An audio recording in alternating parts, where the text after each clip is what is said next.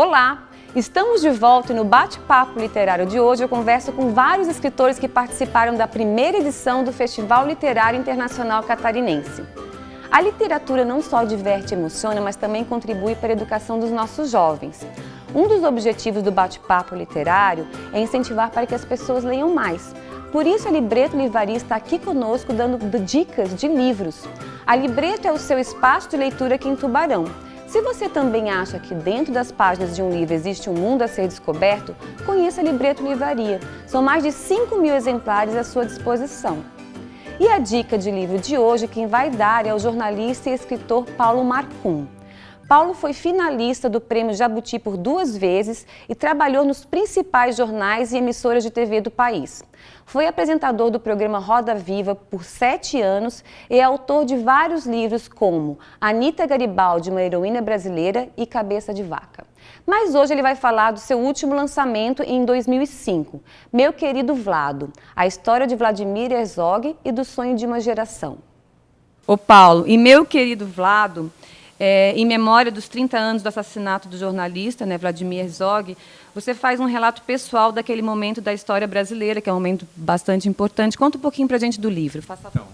O Vladimir Herzog era jornalista e foi assassinado em outubro de 1975 no DOI-CODE, num porão da repressão brasileira. Ele trabalhava na TV Cultura, era o diretor de jornalismo, e eu tinha 23 anos e era chefe de reportagem dele. Éramos muito amigos, eu fui preso um pouco tempo antes, acusado de ser membro do Partido Comunista, que na época era proibido, ilegal, e ele também acabou preso na mesma operação e acabou assassinado sob tortura.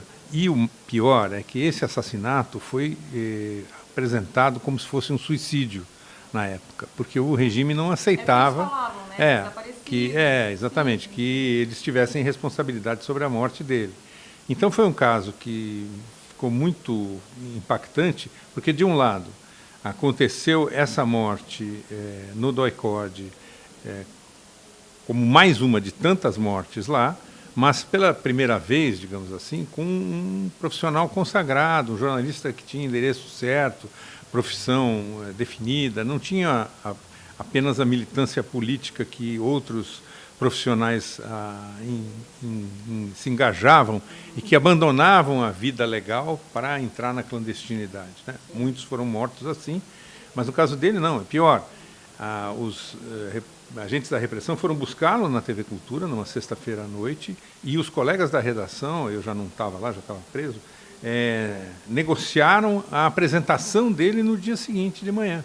Então, era de se supor que não aconteceria nada com ele, pois mesmo assim ele foi torturado e morto, e tudo foi apresentado como um suicídio. E o caso ganhou uma repercussão enorme, porque estava envolvido nesse processo uma luta política dentro do regime militar, entre os setores radicais e os mais radicais ainda. Quer dizer, os radicais eram aqueles que, de alguma forma, vinculados ao general Geisel, o presidente da República, e os mais radicais ainda, ao ministro do Exército, Silvio Frota. E isso acabou virando uma história que mudou a história do Brasil, que houve uma reação da sociedade civil, formalizada num culto ecumênico na Praça da Sé, na Catedral da Sé, com a presença de um rabino, do rabino Henri Sobel, de um pastor presbiteriano, James Wright, e do cardeal de São Paulo, Dom Paulo Evaristo Arnes, e mais de 5.000 pessoas, contra a repetição desse tipo de ato. E foi a primeira vez que isso aconteceu.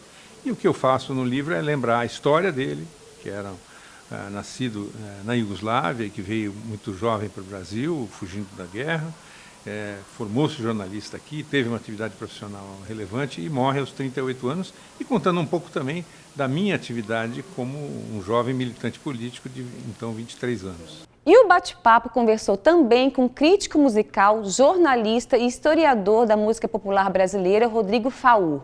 Rodrigo é autor das biografias A Eterna Cantora do Brasil, sobre Ângela Maria, e A Noite e as Canções de uma Mulher Fascinante, sobre Dolores Duran. Faur esteve no festival falando da evolução do amor e do sexo na canção brasileira, tema de seu livro História Sexual da MPB. Ô Rodrigo, o que mudou nas letras das músicas em termos de sexualidade desde, então, do século XVIII até hoje? Acredito que muita coisa, né? Olha, existe uma O meu livro fala da evolução, da imagem dos artistas, das danças, das letras, tudo isso, né? Só que assim, já tinham letras de duplo sentido e letras até pesadinhas que falavam de duplo sentido sexual desde os primórdios da música brasileira.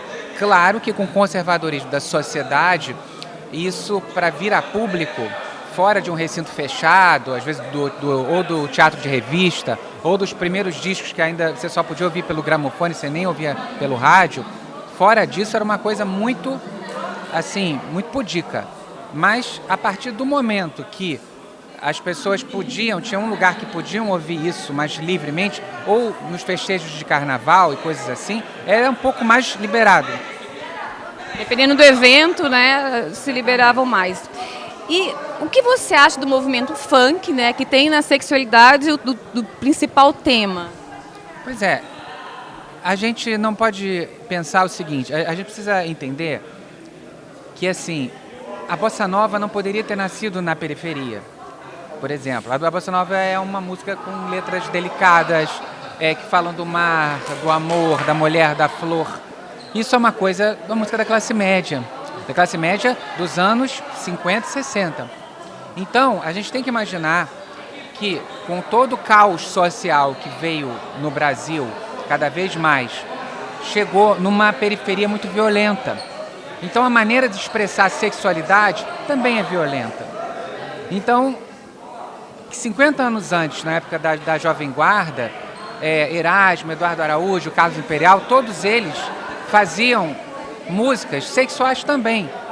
Eles, para a época, também eram ousados. Você dizer que quero que você me aqueça nesse verbo, que tudo mais vá para o inferno, ou então, se você quer brigar e acha que com isso estou sofrendo, pode vir quente que eu estou fervendo, e outras, isso era forte para a época. Eles também quebraram paradigmas, né? Quebraram, e só não foram mais longe, o Renato e seus bloqueios, meu bem, larga essa boneca, faça-me o favor e vem brincar de amor.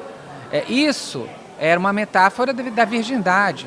Então, assim, eles só não foram mais fortes porque não podiam naquela época, seriam censurados completamente, até presos, se fizessem uma música mais forte.